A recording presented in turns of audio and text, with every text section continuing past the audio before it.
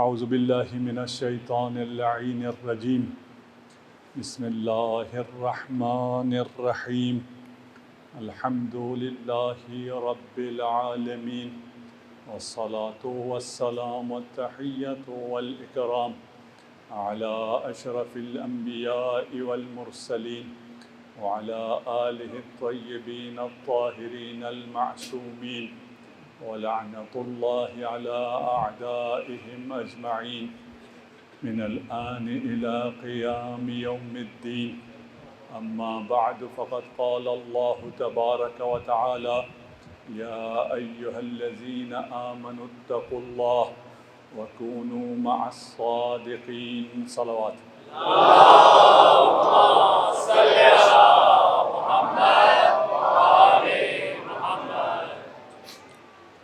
رمیز بھائی نے انفاق کے حوالے سے میرا حوالہ دیا، اس لیے میں لازم سمجھتا ہوں کہ جو آپ نے فرمایا اس کی تائید نہ کروں۔ آپ اگر ایک نیکی کرتے ہیں تو وہ 10 برابر ہوتی ہے، لیکن یہ مالی نیکی نہیں ہے۔ عام نیکی 1 10 برابر ہوتی ہے، مالی نیکی 700 برابر ہوتی ہے۔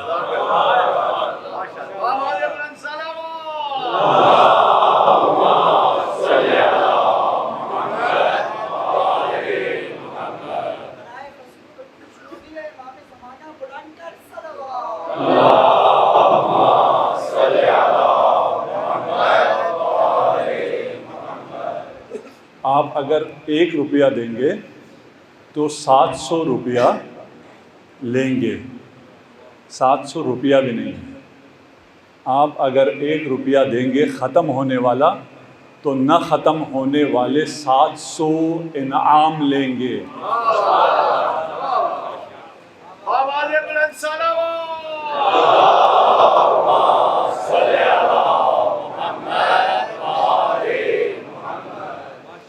بلکہ آگے آیت چل کے کہتی ہے کہ 700 نہیں 1400 دیں گے، 2 برابر، اور جس کو ہم چاہیں گے اس سے بھی بڑھ کر دیں گے۔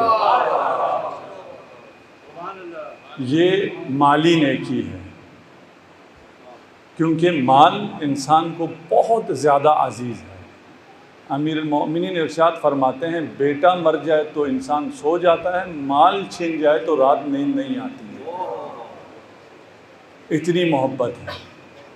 اور اگر یہ مال راہ سید الشہداء میں دے، میں قسم کھا کر کہتا ہوں فرشتے بھی اس کا حساب نہیں لگا سکتے۔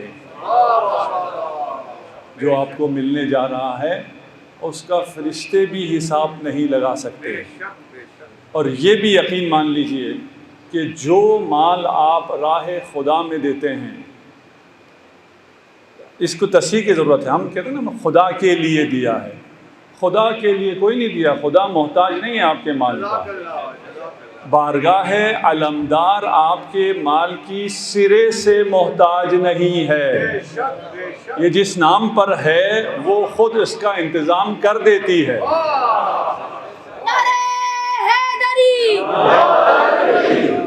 اب بارگاہ والے ناراض ہو رہے ہوں مجھ سے تو الگ مسئلہ، ٹھیک ہے نا؟ یہ حساب کتاب اس کا الگ ہے۔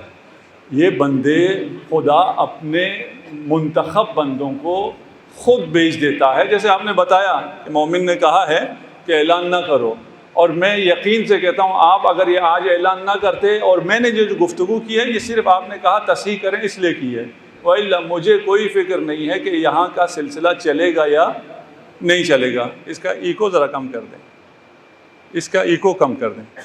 صلوات پڑھ دیجئے محمد و آل محمد۔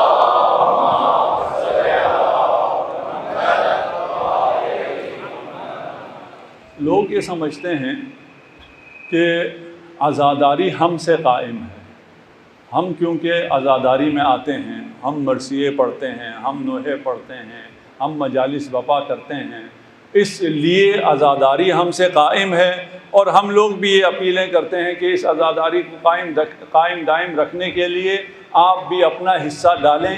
یہ کانسیپٹ سرے سے غلط ہے۔ عزاداری ہم سے قائم نہیں ہے، ہم عزاداری سے قائم ہیں. یہ عزاداری کا ہم پر احسان ہے. یہ جناب سیدہ کا ہم پر احسان ہے کہ ہمیں اس قابل سمجھا کہ ہم آ کر اس فرش پر بیٹھ سکیں. یہ معمولی فرش نہیں ہے، یہ معمولی دانشگاہ نہیں ہے، یہ معمولی مدرسہ نہیں ہے، یہ معمولی انسٹیٹیوشن نہیں ہے. لوگ نہیں سمجھتے، اس لیے وہ خیال کرتے ہیں ہم بانی ہیں. ہم میں سے کوئی اس فرش عزا کا بانی نہیں ہے. اس فرش عزا کا بانی وارث موجود ہے اور وہی اس کا بانی ہے.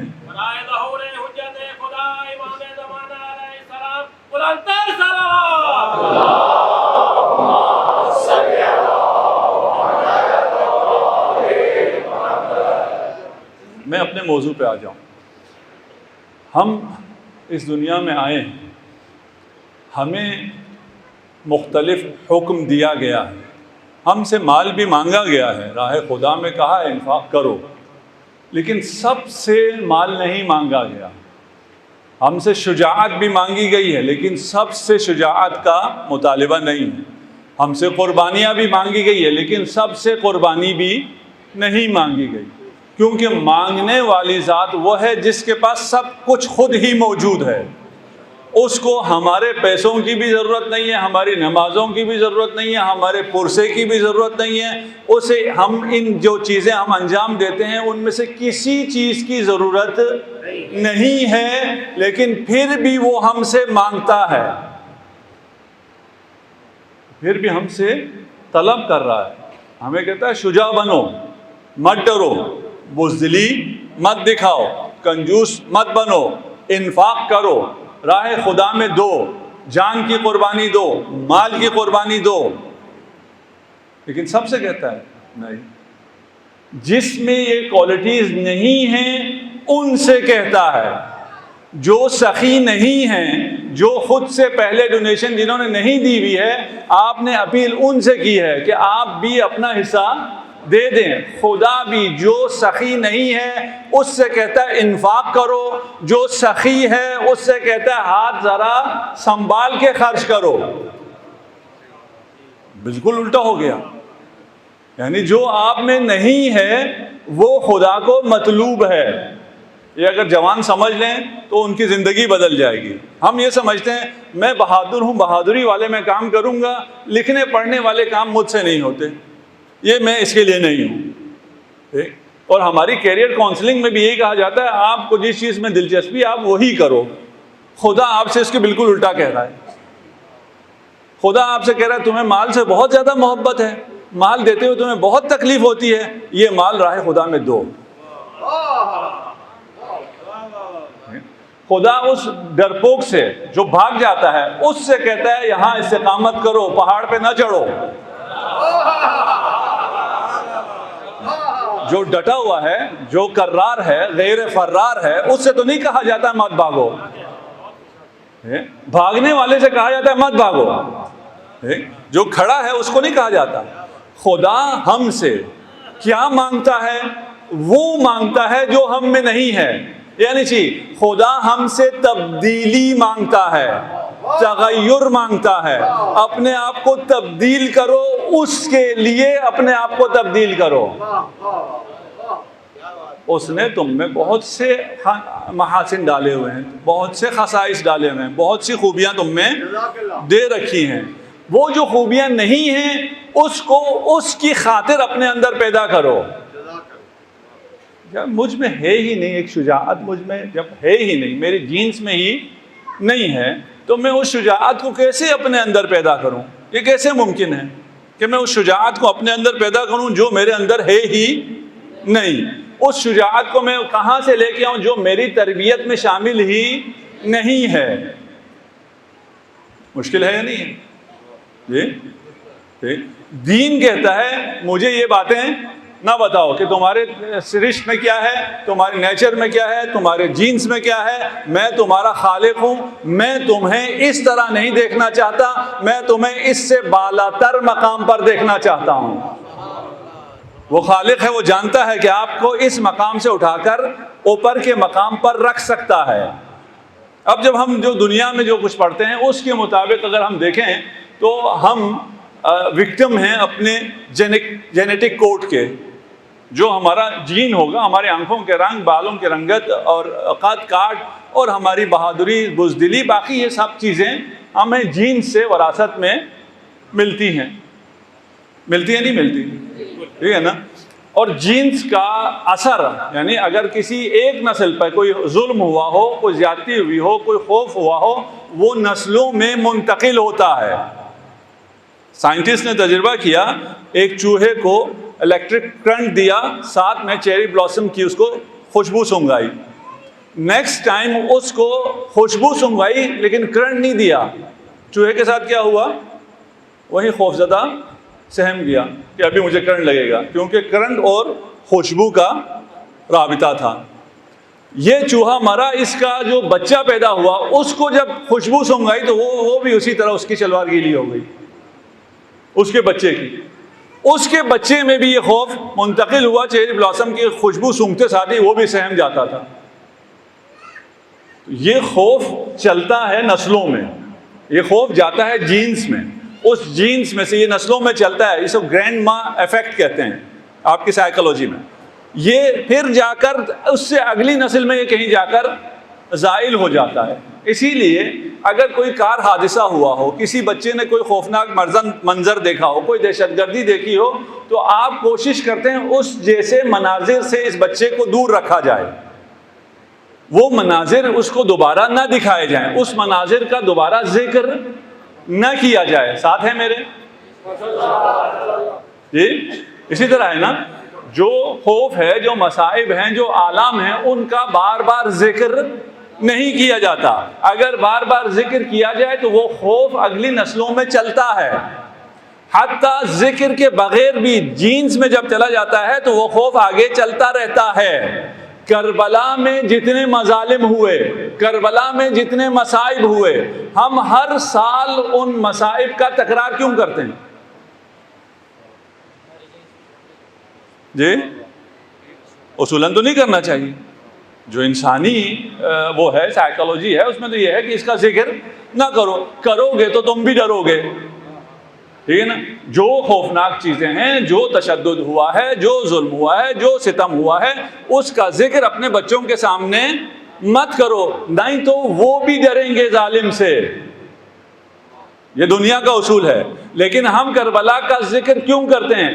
اس لیے کہ کربلا میں جو جتنے لوگ موجود تھے ان میں سے کسی ایک بچے کا کوئی ایک جین بھی خوف زدہ نہیں ہوا، بلکہ کہانی برعکس ہے. وہاں سب نے اس شہامت سے، اس بہادری سے ان تمام مصائب کا مقابلہ کیا کہ ہم اس درس کو تکرار کرتے ہیں تاکہ ہمارے بچے شجاعت کا درس لیں.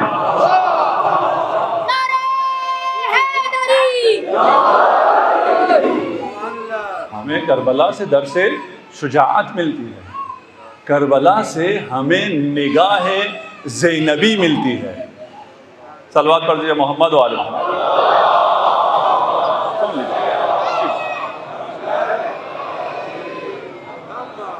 کوئی نہیں اس کو تنگ نہ کریں.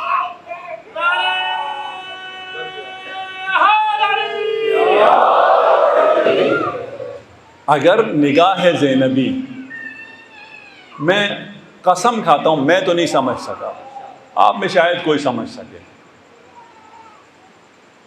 ایک جملہ ہے، چھوٹا سا جملہ ہے، ما رأیت الا جمیلا. جب اس ظالم نے کہا نا کہ اللہ نے تمہارے بھائی کے ساتھ کیا کیا، چھوٹا سا جملہ، ما رأیت الا جمیلا. اگر میں تنہائی میں اس جملے کو پڑھتا ہوں تو سوچ سوچ کے صرف روتا رہتا ہوں اور اس جمال کی تلاش کی کوشش کرتا ہوں جو ان تمام مصائب میں ام المصائب کو نظر آتے رہے. ناقابل یقین جملہ ہے، ما رأیت الا جمیلا. تم بھی جب کسی مشکل میں ہو اس میں خدا کا جمال تلاش کرو، زینبی کردار اختیار کرو. مشکلات سے مت گھبراؤ، ڈٹ جاؤ، اس لیے کہ تم حسینی ہو. تمہارے جینز میں یہ شجاعت موجود ہے. ہم عام لوگ نہیں ہیں. اس عزاداری کو دہشت گردی سے ختم نہیں کیا جا سکتا. اس عزاداری کو ہمیں ڈرا دھمکا کے ختم نہیں کیا جا سکتا. ہاں ہم میں سے کچھ بچے جو غافل ہوں، تم ڈراؤ گے تو یہ بیدار ہو جائیں گے، یہ جاگ جائیں گے. یہ عزاداریوں میں رونق مزید بڑھے گی. لبیک یا حسین کی صدائیں تمام تر دنیا میں پھیل جائیں گی. انسان اپنے جینز کے ہاتھوں مجبور نہیں ہے. یہ ہمارا درس کربلا ہے، آئیں گے اس پہ.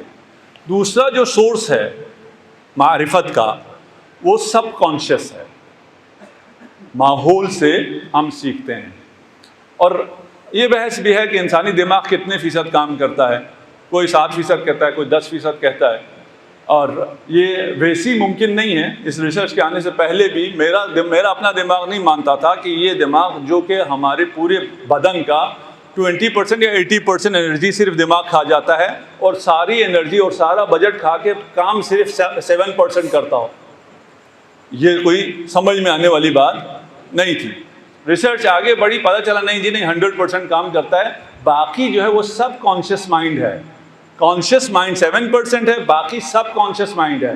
انسان کو سب کانشیس مائنڈ ڈرائیو کر رہا ہوتا ہے. آپ یہاں بیٹھے ہیں، آپ میں سے کچھ لوگ باتوں کو لے رہے ہیں، کچھ لوگ نہیں لے رہے ہیں. کچھ باتیں پسند آ رہی ہیں، کچھ کو پسند نہیں آ رہی ہیں. یہ پسند اور ناپسند آپ کا سب کانشیس مائنڈ فیصلہ کر رہا ہوتا ہے کہ اس کی یہ بات میں نے سننی ہے، یہ بات اس کی میں نے نہیں سننی ہے. ہماری یہ باتیں ہم اس ڈریس میں یا مولا کے نام سے جب سوشل میڈیا پہ چلی جاتی ہیں باتیں، مجھے بہت زیادہ یقین ہے بہت سے لوگ جو ہمیں گالیاں لکھ رہے ہوتے ہیں وہ بات سنتے ہی نہیں ہیں. سنیں ممکن نہیں ہے گالی لکھیں، کیونکہ ہم ان کو کہہ رہے ہوتے ہیں آئی لو یو، وہاں سے وہ گالی دے رہے ہوتے ہیں. یہ کیسے ہو سکتا ہے؟ میں یعنی آئی لو یو کا مطلب یہ ہے کہ ہم جب کلام معصوم سنا رہے ہوتے ہیں انہیں، تو ہم ان کو محبت کا پیغام دے رہے ہوتے ہیں. تو ان کو جب ہم محبت کا پیغام دے رہے ہوتے ہیں، واپس گالی کیوں دیتے ہیں؟ اس لیے کہ ان کا جو سب کانشیس مائنڈ میں فیڈ کیا ہوا ہے، ڈاؤن لوڈ کیا ہوا ہے، یہ رافضی ہیں، یہ کافر ہیں، یہ فلان ہیں، اس کی وجہ سے وہ بیچارے سن سکتے ہی نہیں ہیں.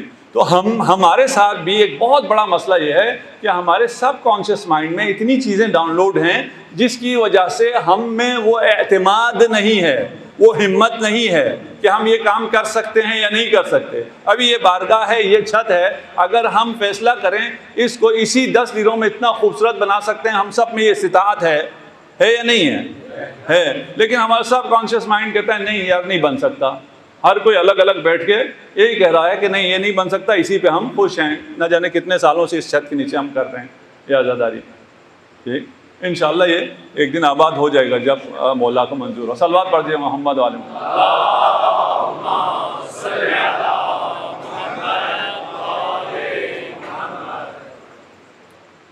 یہ سب کانشیس مائنڈ ہے کیا، اس کو سمجھنا میں، کیونکہ میرا زیادہ جوانوں کے ساتھ ہے. جوانوں کو 2-4 باتیں سمجھ میں آ جائے تو ان کی زندگی بدل جائے گی. اس لیے شاید کچھ بزرگ تھوڑا سا بور ہو جائیں اس گفتگو پہ. انسان جب پیدا ہوتا ہے، بچہ بالکل چند دنوں کا بچہ، اسے اگر آپ پانی میں ڈال دیں تو کیا ہوگا؟ نہیں روئے گا، تیرتا ہوا آ جائے گا. ٹھیک ہے، بچے کو سوئمنگ کرنا آتی ہے، کیونکہ باقی جتنے حیوان ہیں، جاندار ہیں، یا ان کو سوئمنگ کرنے آتی ہے یا نہیں آتی. ایسا تو نہیں ہوتا نا آدھے بکریوں کو سوئمنگ کرنا آتی ہو، آدھے کو نہ آتی ہو. یہ صرف انسان ایسے ہیں. ٹھیک ہے نا، باقی یا سوئم کر سکتے ہیں یا نہیں کر سکتے. انسان بھی نیچرلی سوئم کر سکتا ہے. اس لیے بچے کو، ایک دن کے بچے کو اگر آپ ڈال دیں پانی میں، وہ تیرتا ہوا واپس آ جائے گا، اس کو کوئی مشکل پیش نہیں آئے گی. ٹھیک، لیکن 5 سالہ بچے کو ڈالیں تو کیا ہو جائے گا؟ یہ ڈوب جائے گا. ایک دن کا بچہ نہیں ڈوبتا، اس کو تیرنا آتا ہے. 5 سال کا بچہ ڈوب جاتا ہے، اس کو تیرنا نہیں آتا. کیوں؟ اس لیے کہ اس 5 سال کے بچے کے ذہن میں فیڈ کیا گیا، سب کانشیس میں ڈالا گیا ہے تمہیں تیرنا نہیں آتا. یہ کیسے ڈالا ہے؟ ماں نے محبت میں ڈالا ہے. پانی کے پاس جیسے کہ او میرا بچہ میرا بچہ، مطلب کیا ہے؟ یعنی تو ڈوب جائے گا.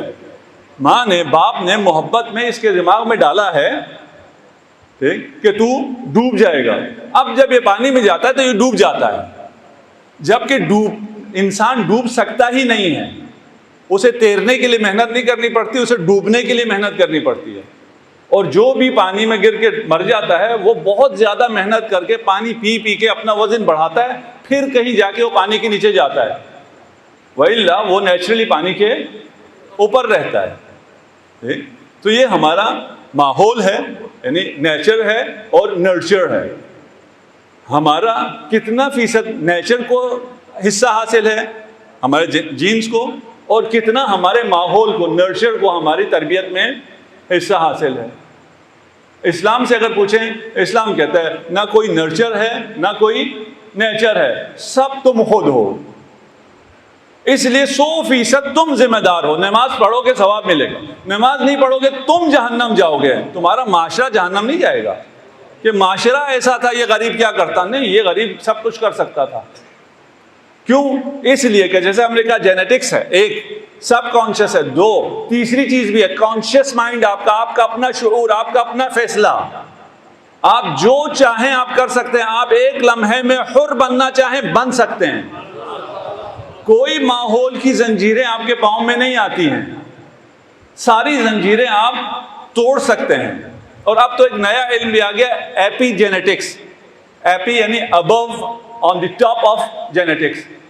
آپ جینیٹکس کو اپنی انٹرنل جو اس کی سیکوینس ہے اس کو ڈسٹرب کیے بغیر اس کو تو آپ کر بھی نہیں سکتے. ایکسٹرنلی اسے آپ آن اینڈ آف کر سکتے ہیں. اگر آپ بہادر نہیں ہیں آپ اپنے آپ کو بہادر کر سکتے ہیں. اگر آپ سخی نہیں ہیں آپ اپنے آپ کو سخی کر سکتے ہیں. اب میں سخی کر چکا سب کو یہ نہیں ہیں، میری ساری محنت اگر آپ سخی ہو گئے ہیں تو پوری ہو گئی ہے. تو وہ کل آپ سے پوچھوں گا سخی ہوئے تھے یا نہیں ہوئے تھے. صلوات پڑھ دیجیے محمد و آل محمد.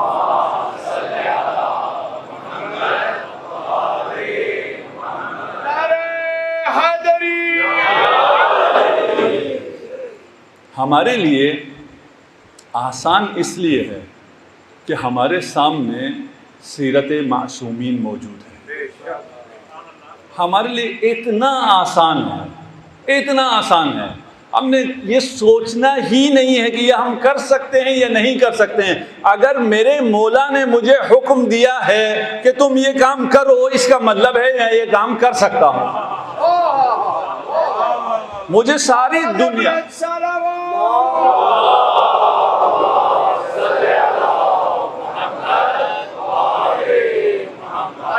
ساری دنیا کچھ اور کہتی رہے، میں کہوں گا نہیں، تم سب احمق ہو. عقل کل میرا امام ہے. اگر اس نے کہا ہے یہ ہو سکتا ہے تو پھر ہو سکتا ہے.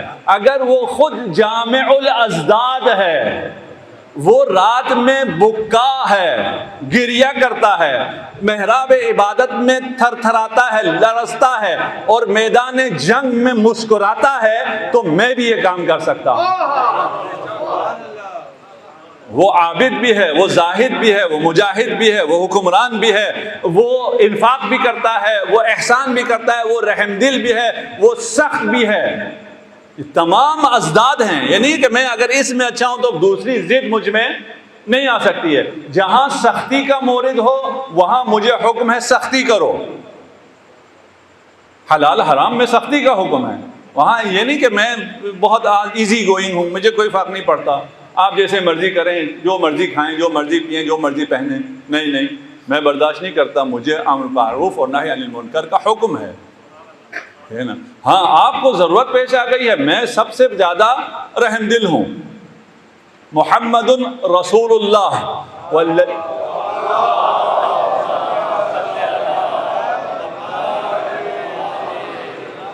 والذین معہ، اور وہ لوگ جو رسول اللہ کے ساتھ ہیں.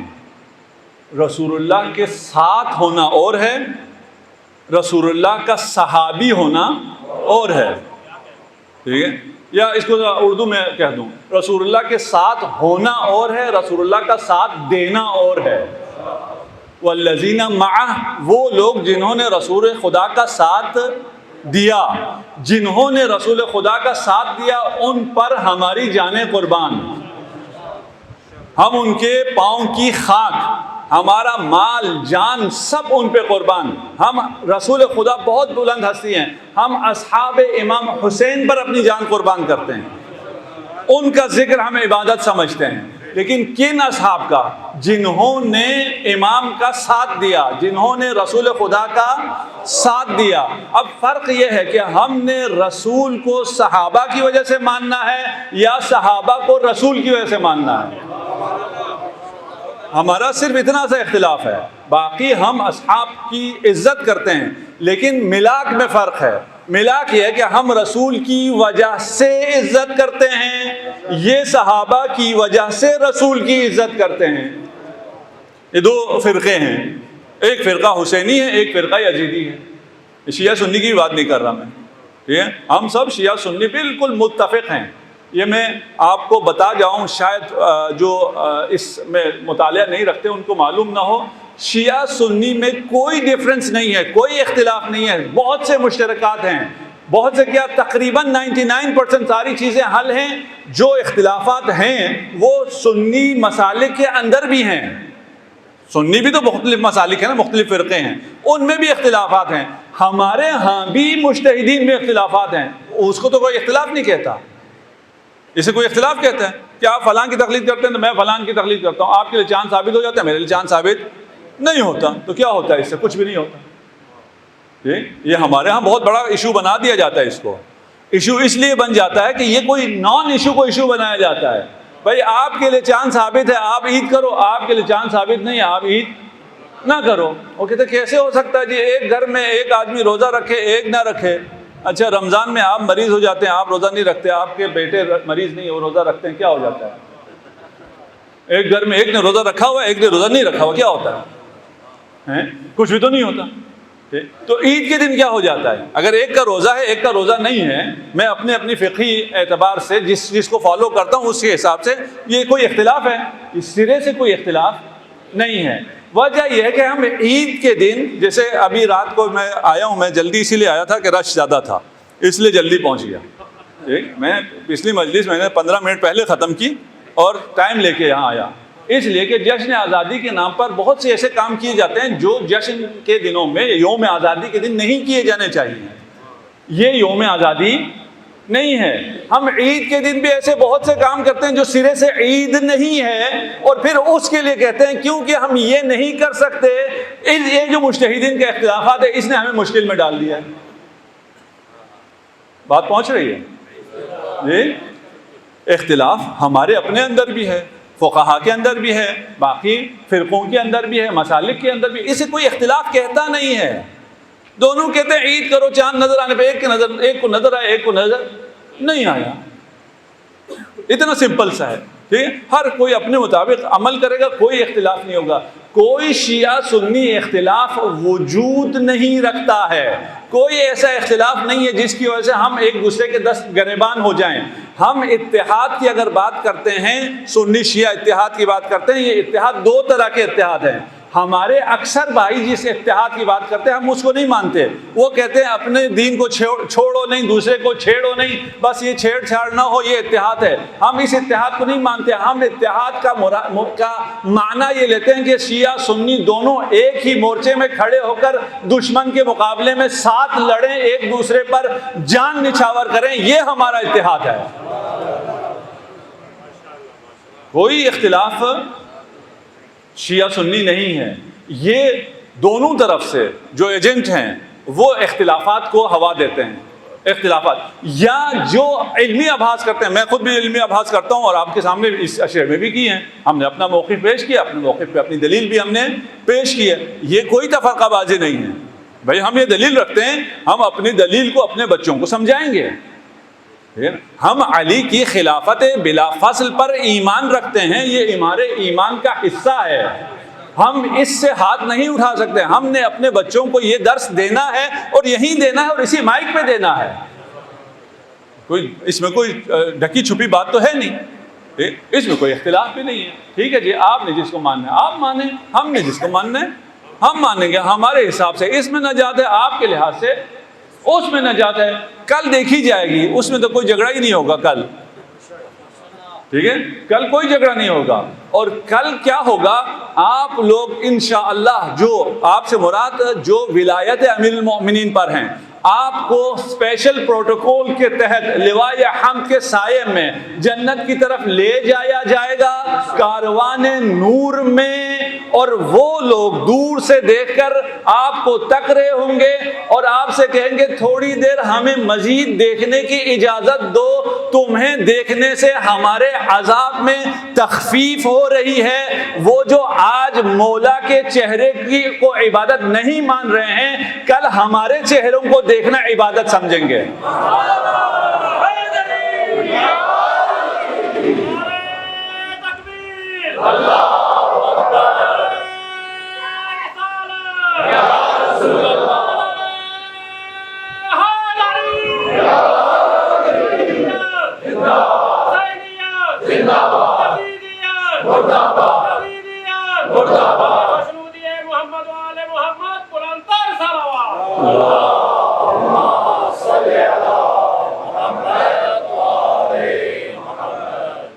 کل تو کوئی جھگڑا ہی نہیں ہے محشر میں، وہ جو آپ نے سن رکھا ہے نا نفسا نفسی ہوگی، وہ ایسا بھی کچھ بھی نہیں ہوگا، ہمارے درمیان کوئی نفسا نفسی نہیں ہوگی، وہ اور لوگ ہیں۔ ٹھیک، مسئلہ یہ ہے جو زیادہ ہوتا ہے وہ مشہور ہو جاتا ہے، وہ آگے الا رہ جاتا ہے۔ والعصر ان الانسان لفی خسر، اگر صرف یہی ہو تو پھر تو ہم سب گئے نا، تو پھر تو ہم سب خسارے میں گئے، آپ فرش عذاب پہ بیٹھے ہوئے بھی خسارے میں چلے جائیں، پھر کیا بات رہ گئی؟ الا الذین آمنوا، ایمان والے یہاں بیٹھے ہیں، یہ خسارے میں نہیں ہیں، یہ عمل صالح کرنے والے خسارے میں نہیں ہیں، نہ فقط یہ خسارے میں نہیں ہیں، یہ منفعت میں ہیں، یہ پروفٹ میں ہیں، یہ یہاں ابھی بزنس بنا رہے ہیں، یہ یہاں ابھی جنت میں جائیدادیں بنا رہے ہیں، یہ جو ابھی یہاں سرود پڑھیں گے ان کے جنت میں گھر ابھی بننا شروع ہوں گے۔ صلوات پڑھ دیجیے محمد و آل محمد۔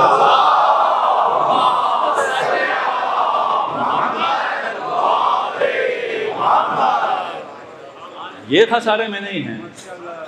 محشر میں آپ بھی کوئی نفسا نفسی میں نہیں ہوں گے، آپ ایک دوسرے سے مل رہے ہوں گے، ایک دوسرے کو جپیاں لگا رہے ہوں گے، لوائے حمد کو انجوائے کر رہے ہوں گے، امیر المومنین کے چہرے مقدس کی زیارت کر رہے ہوں گے، اور مل کے جائیں گے حوض کوثر پر۔ حوض کوثر امیر المومنین کو آپ جام کوثر سے آپ کو سیراب کریں گے۔ انتہائی خوبصورت سفر ہے۔ کون خسارے میں ہے؟ کون نفسا نفسی میں ہے؟ ہم نہ نفسا نفسی میں ہیں، نہ ہم خسارے میں ہیں۔ ہم کوشش کرتے ہیں ساری انسانیت بھی خسارے سے نکل کر فرش عزا پر آ جائے۔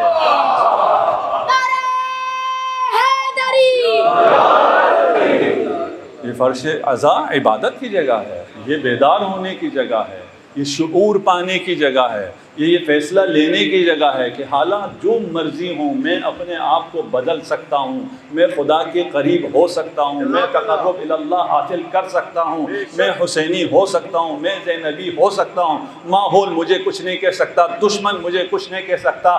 میرے ہاتھ میں اگر عباس کا علم ہے تو میرا کردار بھی علی اکبر کا ہوگا۔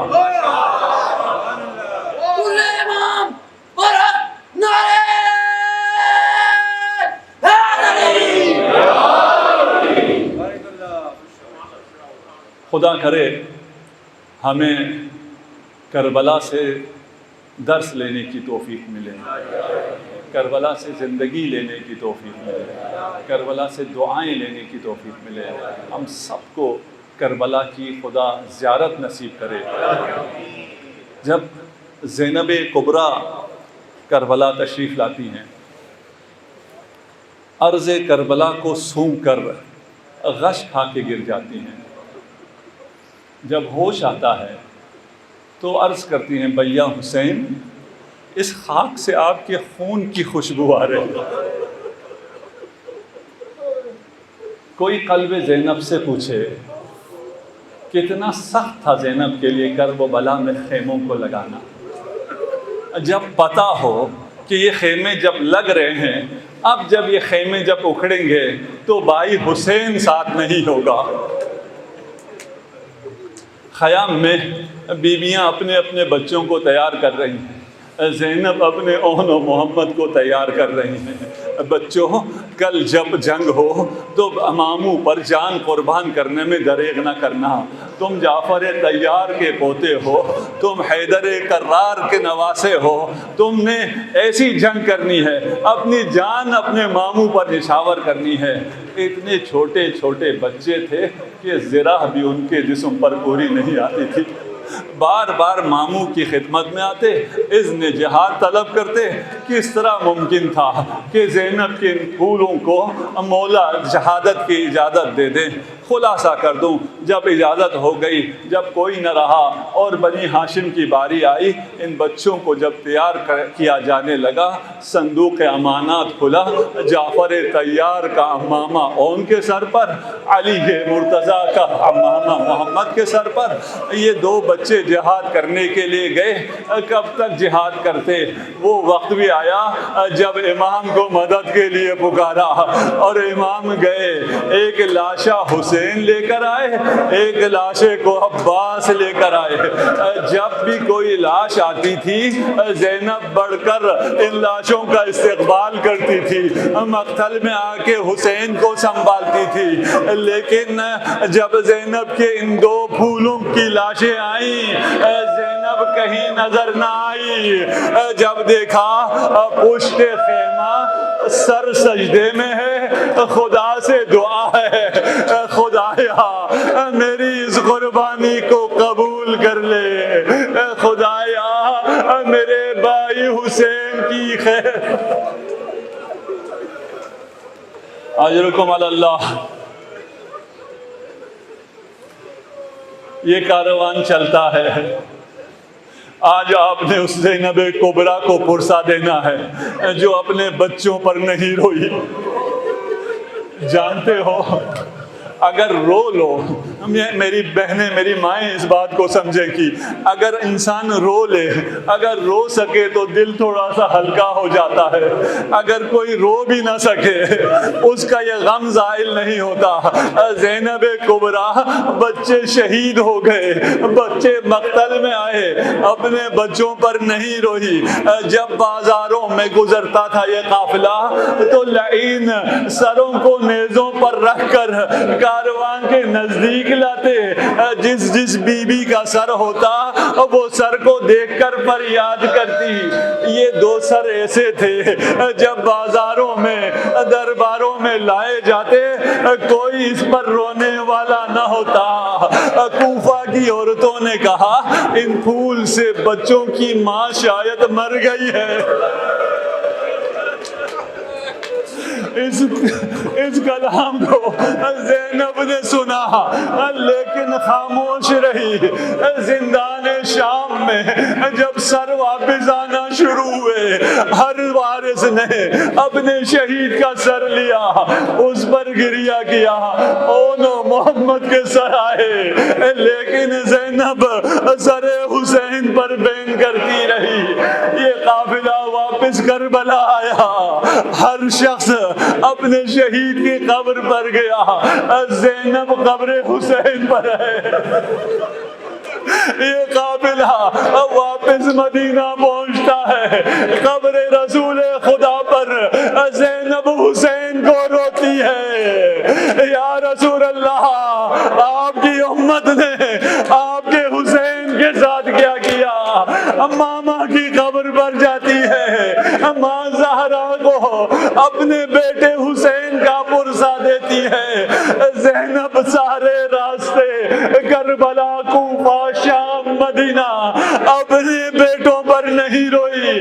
جب کارواں اپنے اپنے گھروں کو چلا گیا زینب اپنے گھر کو لوٹی. جب صحن میں آئی خالی صحن دیکھا, دو چھوٹے چھوٹے جانماز, ماں کو اپنے بچے یاد آئے.